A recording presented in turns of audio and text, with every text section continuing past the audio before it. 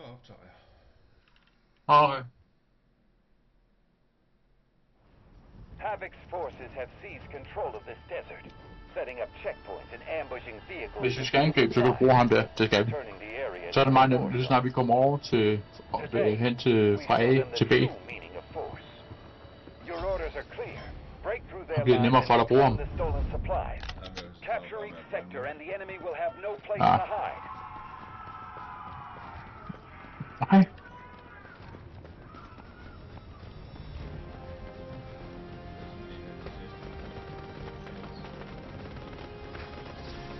Hvad? Ja.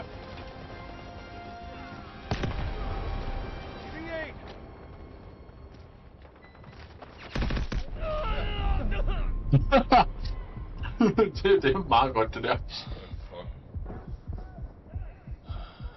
Allied troops neutralizing objective Alpha. Much supply.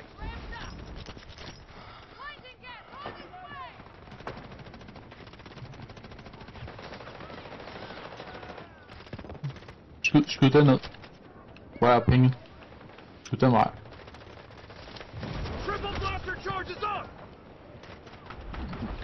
Allied troops engaging at objective Alpha. Er du ikke i live? Nej. Nej. Har du ligger der? Du skulle bare skyde med den her blast ting der. Det gjorde jeg også. Men der var nogen der smed smoke, så jeg kunne ikke se hvor fanden jeg skød her. Okay godt. Og her er det så godt.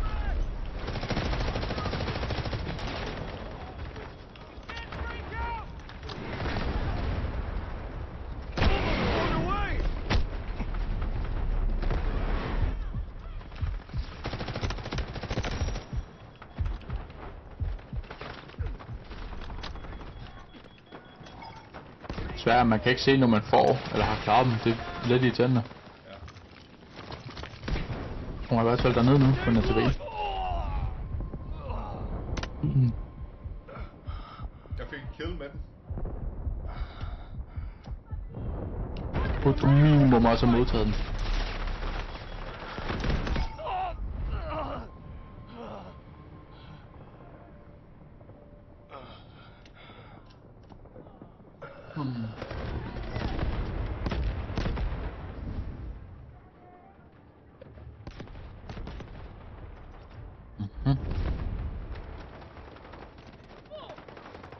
Jeg er lige bag dig.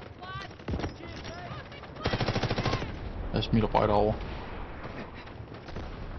Jo mere røg der er, jo mere kan vi ikke se noget. Jo mere kan vi ikke se noget. Det er nemt. God, hvad man siger.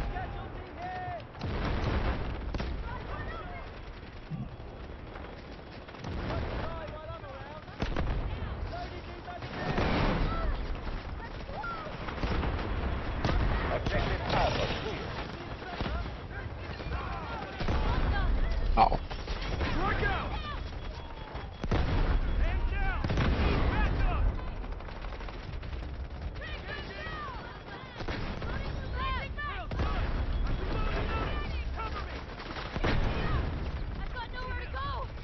White toast. Fuck, det er for nogle navne. Jeg kan ikke spawn. Hvor er et lortsted.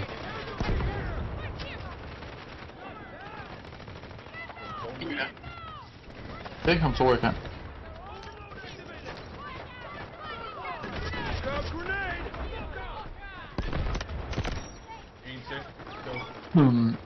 Det var godt. Så har du som minimum fået den. Sådan nu når du dør, så kan du bare være medic igen. Så du burde minimum have fået den, altså. Hvis du ikke har sådan noget galt. Det var dumt.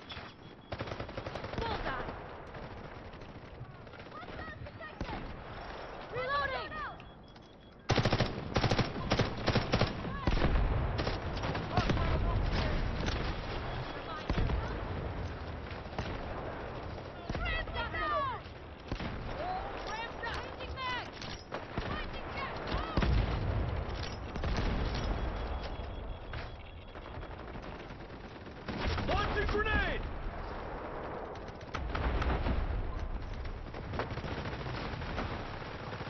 Allied troops engaging at objective Bravo 2.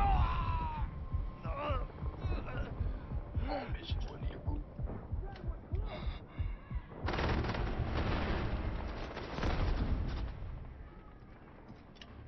går over til at være medic igen. Nej, det er godt at høre. Så vi har sådan 4 medics på vores hold. Allied troops engaging at objective Bravo 2. Jeg er den eneste, der har en kvinde her. Det er stygt.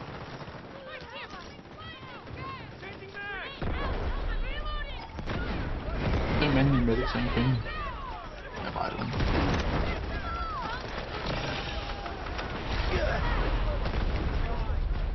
Allied troops launching an assault on objective Bravo 2.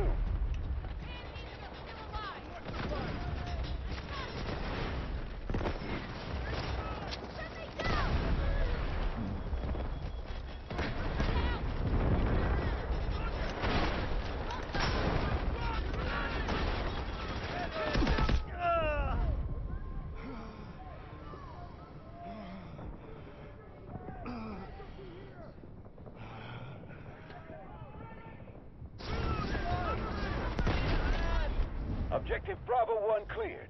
Stay frosty.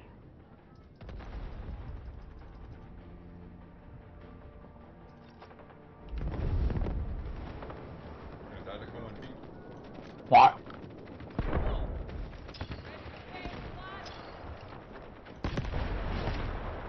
Jeg har ikke været så heldig at få måtte for den. Objective Bravo 1 secured.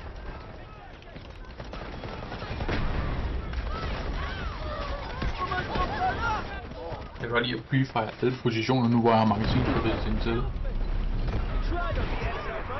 Objective Bravo 1.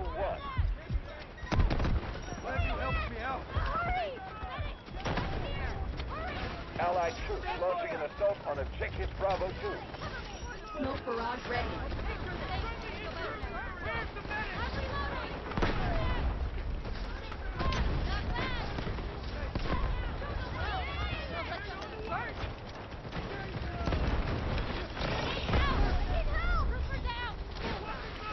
You've looked better, mate.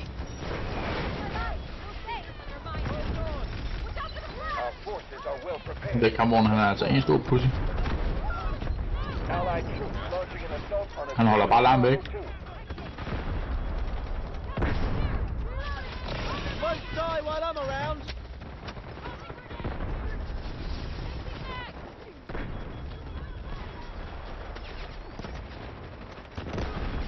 Man har i hvert fald smadret nogle objekter og bygninger. Doctor is here. Allied Vi skal troops fremad. launching an Vi assault kan ikke on være objective helt her Bravo tilbage. 2.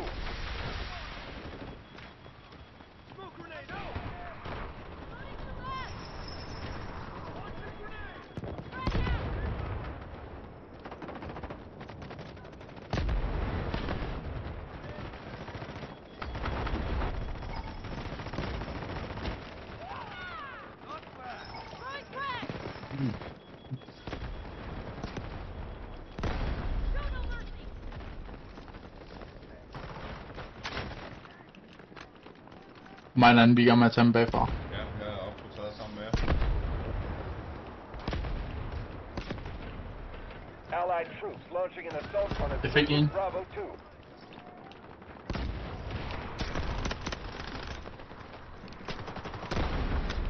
Hernede.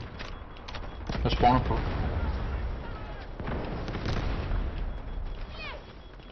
Try not to get yourself hurt, alright? Ja, så er jeg nede. Allied troops launching an assault on objective Bravo 2. Igen. Ah, fuck sake. Jeg står lige over på den anden side, mand. Can't very Der much. bliver kastet smoke. Den her gang her. Jeg redder dig lige. Ah, pis. Han ligger lige derinde, mand. Ja, der var lige en på den anden side af mig. Jeg har ikke lige set, men fuck, det var godt at tage det tag der alligevel. Ja. Og mig en eller anden random dude, der løb op. Jeg er fuldt bare efter. Ja.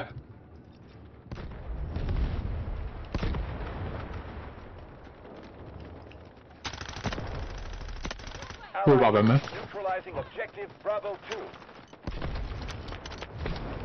Ah, det er fordi, jeg har sådan en ting, vi går op på for at komme optaget.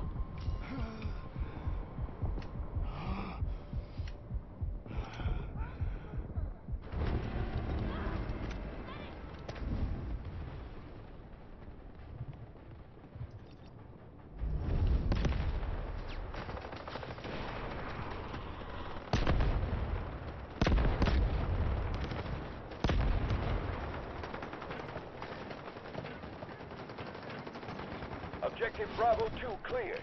Stay frosted.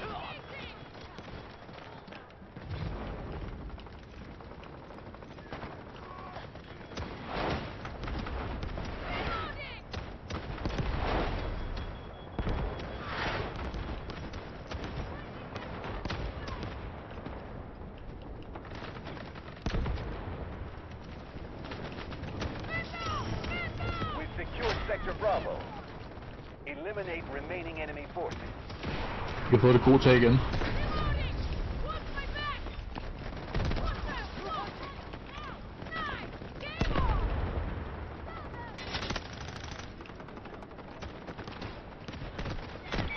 Vi har taget. Ja. Vi har bunket. Kraftigt godt det her. Capture the last sector. We're going to win this.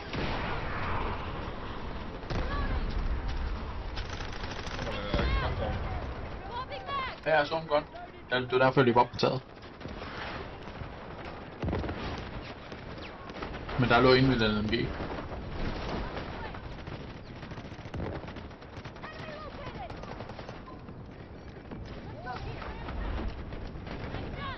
Cheers, mate.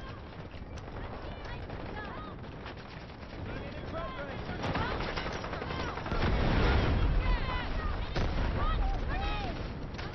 Ej.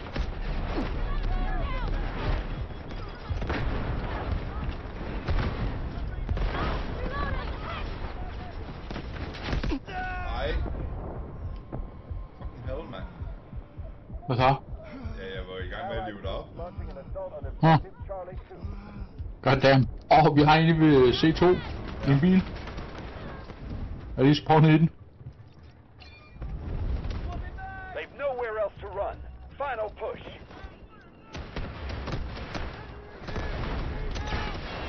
Kom indenfor, kom indenfor. Jeg kan ikke se dem. Objective Løb Charlie ud. 2 clear. Sådan der. Stay frosty. Det er bare at løbe indtil du mærker en væg. Så ved du skal væk.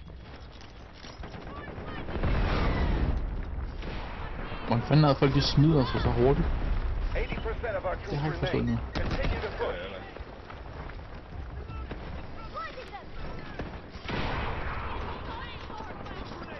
Au. Objective Charlie 2 is ours. Jeg kan godt lide bilen bare holder i vejen. Og skyde af. I'm in for you. I owe you one.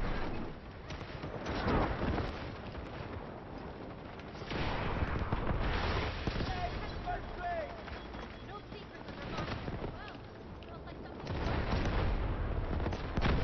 Grenade out! Time for better shot. Reloading! I'm reloading!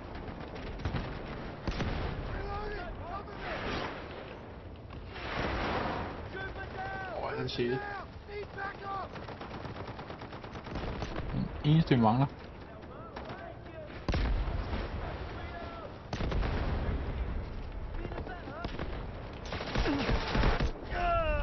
Victory in Kommer sight. They modsat can't nu. hold much longer. Ja, jeg var lige hen ved C1. Objective Charlie 2 is under attack.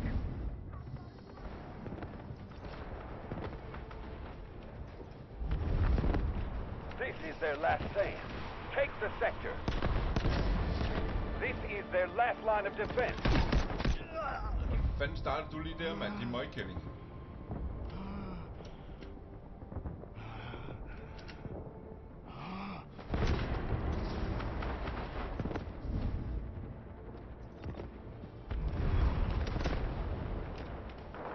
Nej, jeg blev taget med skjoldet. Næsten.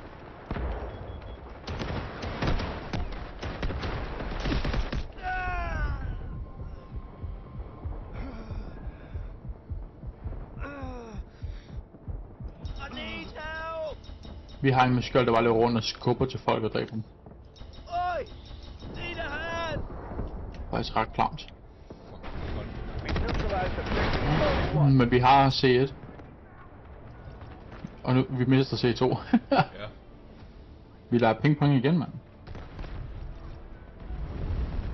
Capture the last sector. We're going to win this. The enemy has taken objective Charlie 2. We have taken objective Charlie 1. One objective left. Nu er denne bibel You're igen. almost there.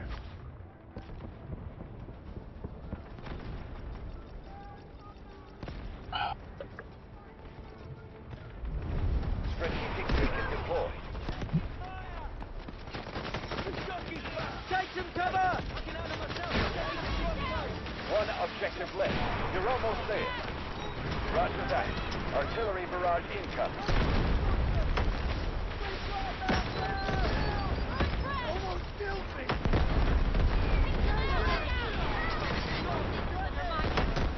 Og Warfare Upgrade level 35. Fedt, mand. Jeg har modtaget en AWM. Sniper. Fed. Objective left. Det her sniper jeg har ventet på, at jeg kunne unlock.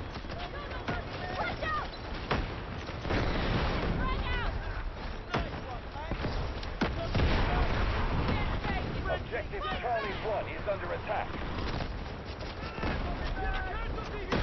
You okay? Shoot me! We've neutralized objective Charlie 2. Roger that. Artillery barrage incoming. Åh, fuck.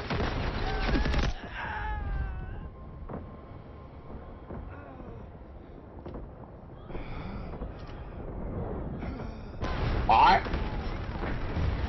Objective Charlie 2 Jeg har is nok haft en ours. lille revival der.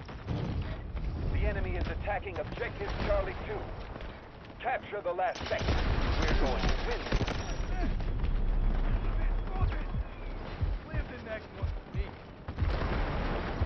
The enemy has captured Yes, objective I'm Charlie down. 1.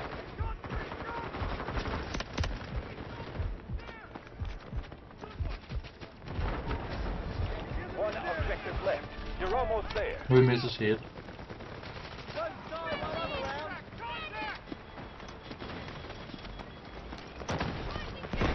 Roger that. Artillery barrage incoming.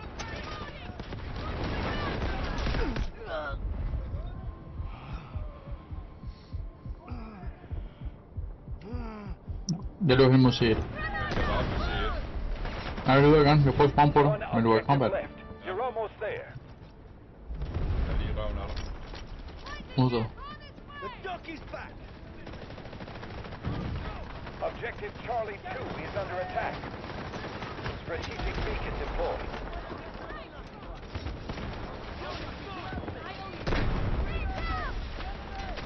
You're lucky to have me! Han ligger herovre i hjørnet. Okay. Den er bare ham, der han kommer udenfor. Vi har en, der ligger indenfor ovenpå. Ja.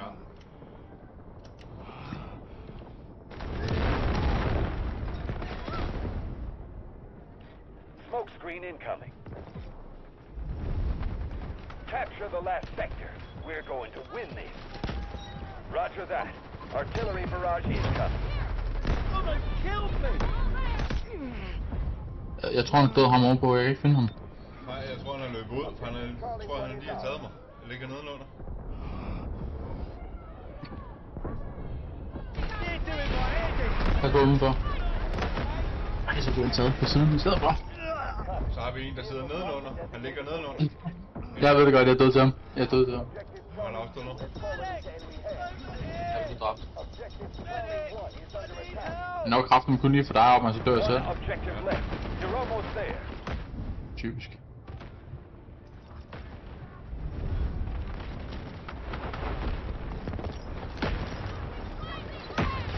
Copy. Vehicle drop to designated location.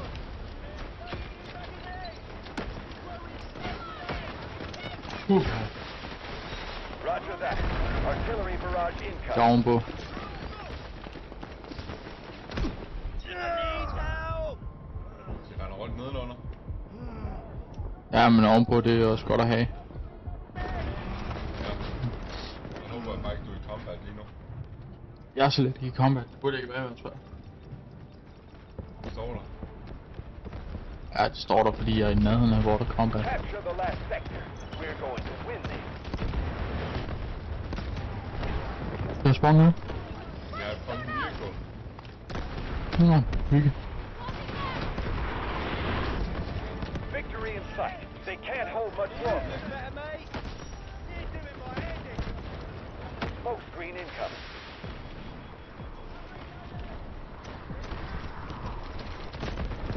Jeg prøver at komme væk. Roger that. Artillery barrage incoming. Jeg er ovenpå. Ja, men jeg er på vej mod C2 via den anden, Try not to get yourself den up. anden vej der, uden alle de der huse der, man kan løbe igennem. Combat middle.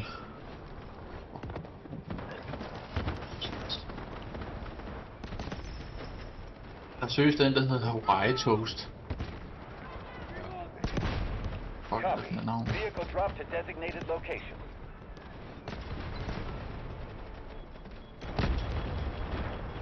Jeg ligger over ham. We've passed the halfway Doctor is mark. here. Stay the course.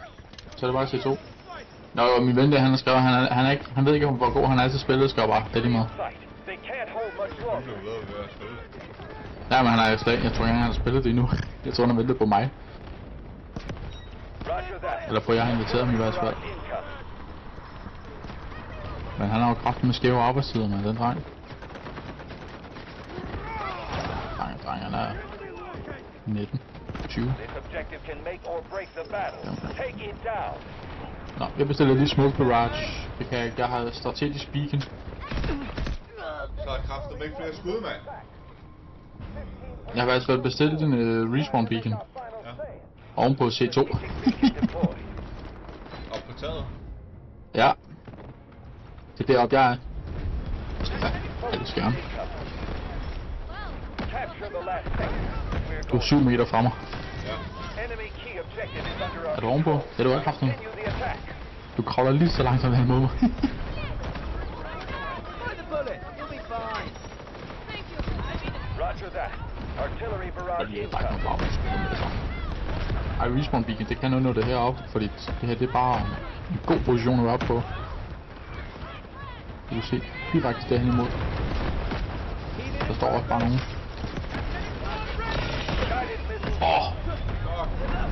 Guided missile launch. Jeg er stadigvæk i liv. Jeg ved ikke helt, hvor den der missile launch, der bliver sendt hen til. Jeg er bange for, at det godt kunne være her. Det var også her. Det var bare vores syn. Der er bestilt den. Ammunition, værsgo. Jeg hopper ikke ned herfra, med mindre jeg skal dø. Artillery barrage ready. Won't die while I'm around. Reloading. Cover me. Det kunne godt være meget godt med LMG til den her med. Så får jeg machine gun oven. Roger that. Artillery barrage incoming. Objective Charlie 1 clear. Give them those who can breathe. I'm in for you. Ja, tak. Nej. Her sætter du også. Så døde jeg bare også, mand. Ja, sådan er det engang imellem. Ja. Det er irriterende, men sådan er det. Vi er nede på 5. Regroup and take it Jeg tror ikke, down. vi får sådan en god runde. Capture the last Vi skal virkelig tage os We're sammen. going to win this.